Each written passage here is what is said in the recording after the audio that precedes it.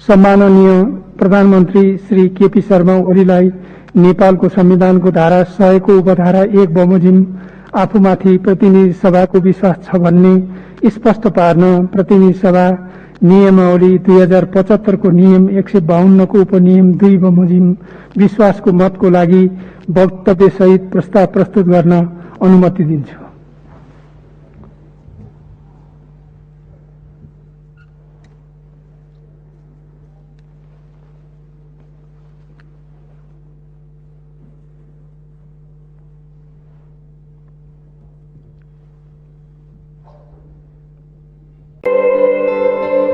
नमस्कार, तपाई हेर्दै हुनुहुन्छ लाइक अनलाइन टिभी। यो च्यानललाई सब्स्क्राइब गर्न नभुल्नुहोला र साथमा सँगै रहेको बेल आइकन पनि थिच्नुहोस्।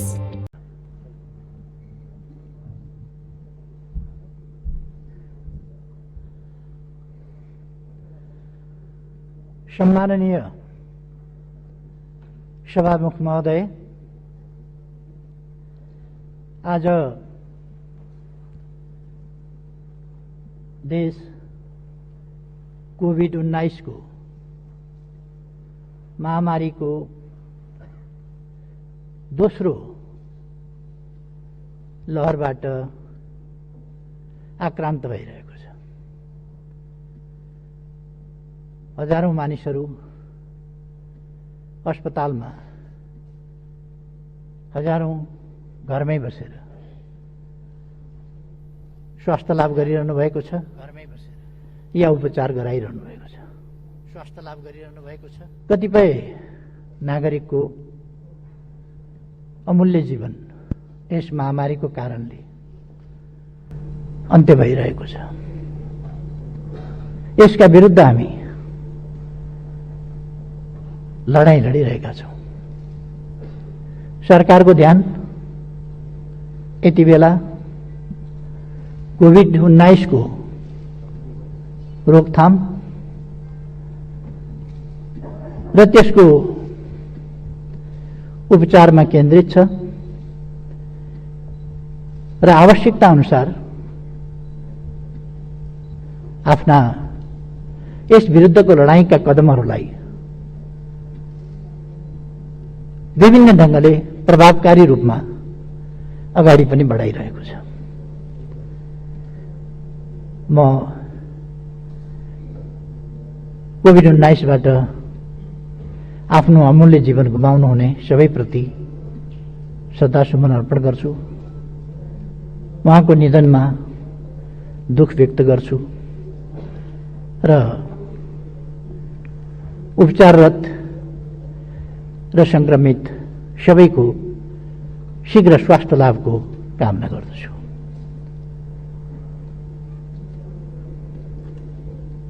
यति बेला हामी सबै कोभिड विरुद्धको लडाईँलाई पक्ष विपक्षको विषय नबनाई हामी सबैको यो अदृश्य यो भयानक साझा शत्रु, जसले हाम्रो देशलाई मात्रै होइन आज विश्वलाई नै आक्रान्त बनाएको छ, विश्वलाई नै मानवीय क्षति, सामाजिक जनजीवनलाई अस्तव्यस्त बनाउने र अर्थतन्त्रलाई गम्भीर प्रतिकूल असर पार्ने यस्ता खालका कामहरू यस रोगले गरिरहेको छ। यति बेला हामी सबै विचारका भिन्नताहरू अथवा संस्थागत भिन्नता वा कुनै प्रकारका भिन्नताहरूलाई थाती राखेर यसका विरुद्ध एकजुट भएर लड्नुपर्ने आवश्यकता हामी सबैले महसुस गर्नुपर्दछ र यसलाई आफ्नो पक्षका निम्ति कुनै पनि हिसाबले प्रयोग गर्ने खालको सोच हामीमा आउनु पनि हुँदैन। त्यसर्थ म सबैलाई सरकारका प्रयासहरूमा साथ सहयोग दिन र यस अभियानमा सबै पक्ष सञ्चार माध्यम, राजनीतिक दलहरू, सङ्घ संस्था लगायत सबै एकजुट भएर यस लडाईँमा सामेल हुन र कोभिडलाई पराजित गर्ने हाम्रो साझा उत्तरदायित्व त्यसलाई वहन गर्न सबैमा आग्रह पनि गर्न चाहन्छु। सम्माननीय सभामुख महोदय, यस्तो बेलामा, यस्तो परिस्थितिमा आज हामी स्थिरता र स्थायित्वका साथ एकताबद्ध भएर राष्ट्र जनताले देख्ने गरी, जनताले बुझ्ने गरी, अनुभव हुने गरी यस काममा सबै एकजुट भएर लागेको हुनुपर्ने थियो।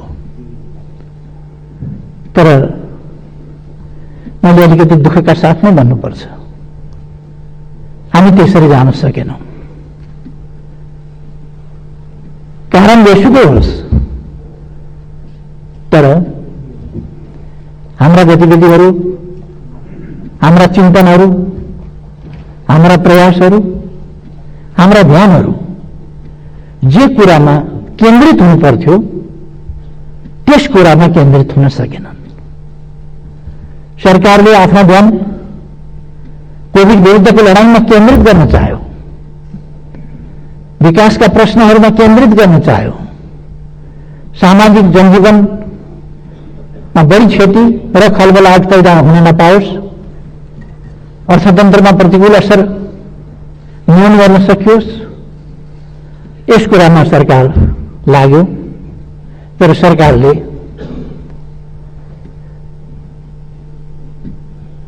अनेक अप्ठ्याराहरूको सामना गर्नु परिरह्यो। मलाई अचम्म लाग्छ, हामी कोभिड विरुद्धको लडाईँमा छौं। कतिपय पक्षमा, कतिपय कर्नरमा प्रधानमन्त्रीमाथि हिरो छ्याप्ने वा सरकारमाथि हिरो छ्याप्ने र कोभिड विरुद्धको औषधि खरिद जस्ता कुराहरूमा भएको भ्रष्टाचारको नाममा कुरा उछाल्ने र नभएका कनेक्सन अनुचित ढङ्गले देखाउने त्यस्ता खालका क्रियाकलापहरू भए। हामी सबैलाई थाहा छ भ्याक्सिनको अभाव छ दुनियाँमै। भ्याक्सिन प्राप्त गर्न मारामार भइरहेको छ। यस्तो अवस्थामा दक्षिण एसियामा भारतभन्दा पछि नेपाल पहिलो राष्ट्र आफू उत्पादक नभए पनि भ्याक्सिनको सुरुवात गर्ने र भ्याक्सिन चलिरहेको छ। एउटा पनि पीसीआर टेस्टको हाम्रो सुविधा नभएको ठाउँमा अहिले 86 ठाउँमा हामी पीसीआर टेस्ट गरिरहेका छौं। त्यो सुविधा हामीसँग छ। त्यस प्रकारका अस्पताल, शैय्या, अक्सिजन, भेन्टिलेटरको पर्याप्तताको त कुरा छोडौं, न्यूनतम आवश्यकता पनि पूरा गर्न सक्ने अवस्थामा हामी छँदै थिएनौं। त्यस स्थितिमा अहिले हामीले यसबीचमा थुप्रै कोभिड विरुद्धको लडाईँको सन्दर्भमा स्थानीय तहहरू, प्रदेश सरकारहरू, संघ संस्थाहरू सबैको सरकारको सम्पूर्ण संयन्त्र सबैको साथ सहयोग लिएर सफलतापूर्वक पहिलो लहरलाई तुलनात्मक हिसाबले भन्ने हो भने न्यून क्षतिमै सरकारले नियन्त्रण गर्न सक्यो।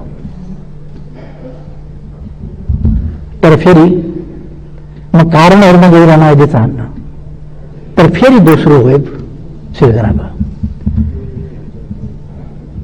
आज हामीले यसको सामना गर्नुपर्नेछ र हामी यसमा जुटिरहेका छौं। म सरकार यसमा सम्पूर्ण रूपमा ध्यान केन्द्रित गरेर, साधन स्रोत केन्द्रित गरेर नयाँ नयाँ अस्पतालहरू, नयाँ नयाँ बेडहरू, नयाँ नयाँ आईसीयू,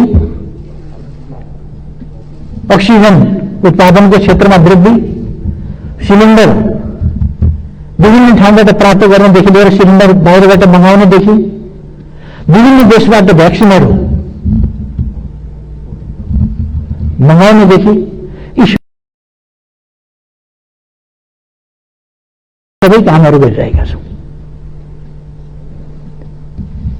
यसमा यदि कहीँ कतै यसमा पनि कोभिडको यस्तो महामारीमा हामीले भनेका छौँ जनताको जीवन रक्षा पहिलो शर्त हो, पहिलो कुरा हो। यस्तोमा पनि यदि कसैले यस्तो महामारीको साझा सङ्कटका बेला साझा समस्याको समाधान गरिरहेका बेला पनि यदि कसैले यसमा पनि भ्रष्टाचार गर्छ भने त्यस्तो अपराध कुनै पनि हालतमा क्षम्य हुँदैन र हामी कसैलाई पनि छोड्दिनेवाला छैन। त्यसमा छानबिन हुन्छ, कारबाही हुन्छ दोषी पाइयो भने। तर यहाँ त कस्तो छ भने फलानु देशको अफिसरसँग प्रधानमन्त्रीले गरेको हस्ताक्षर अनअफिसियल अनुवादको कपीमा चाहिँ हस्ताक्षर। योभन्दा तमासा के हुन्छ? अनअफिसियल प्रतिमा हस्ताक्षर हुन्छ कहीँ? अनअफिसियल अनुवाद ओरिजिनल कपी होइन। कुनै हस्ताक्षर हुन्छ भने पनि ओरिजिनल कपीमा हुन्छ होला नि। अनअफिसियल अनौपचारिक अनुदित प्रति भनेर प्रचार गरिन्छ र त्यस्तोमा फेरि प्रधानमन्त्रीको हस्ताक्षर स्क्यान गरेर जोडिन्छ। यो सम्मका खेल नेपालमा हुने गर्छन्। म त्यसमा दुःख व्यक्त गर्न चाहन्छु। हामी यति साह्रो तल झर्नु हुँदैन। आफूलाई यति साह्रो कृत्य काममा संलग्न गराउनु हुँदैन। मेरो यसमा आग्रह छ। चाहे राष्ट्रियताको सवाल होस्, चाहे लोकतन्त्रको सवाल होस्, चाहे जनजीविकाको सवाल होस्, चाहे शान्ति सुव्यवस्था सुशासन मानवाधिकारको सवाल होस्, चाहे भ्रष्टाचार विरुद्धको हाम्रो लडाईँको सवाल होस्, कुनै पनि कुरामा सरकार अनुचित तरिकाले अनुचित प्रश्नमा अनुचित दृष्टिकोण र अडानमा कुनै सम्झौता गर्दैन। राष्ट्रिय हित जनताको हितलाई छोडेर तलमाथि गर्दैन र गर्न दिँदैन भन्ने कुरो मैले पटक पटक यस गरिमामय सदनमा प्रस्तुत गरिसकेका छु। यस सम्बन्धमा मैले धेरै केही भन्नु छैन। खालि मैले यस्तो परिस्थितिमा आज हामी राजनीतिक अवस्थाको कारणले मैले यस सदनको ममाथि विश्वास छ भन्ने कुराको पुष्टि गर्न आवश्यक ठानेकोले आज यो प्रस्ताव राख्न म यहाँ उभिएको छु। म विश्वास गर्छु हामी संलग्नतामा होइन, म कहाँ संलग्न छु, मेरो संलग्नता कहाँ छ भन्ने कुरामा होइन। हामी सार्वभौम जनताको प्रतिनिधित्व गरेर यहाँ उभिएका छौँ। सार्वभौम जनताको भावना र हितहरूको प्रतिनिधित्व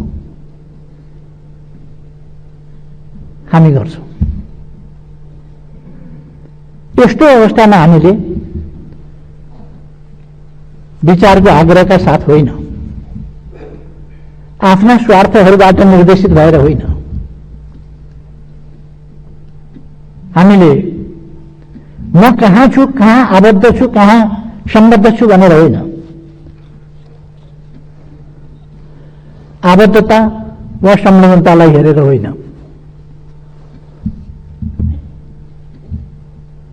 सत्यलाई पछ्याएर निर्णय गर्नुपर्ने अवस्था छ।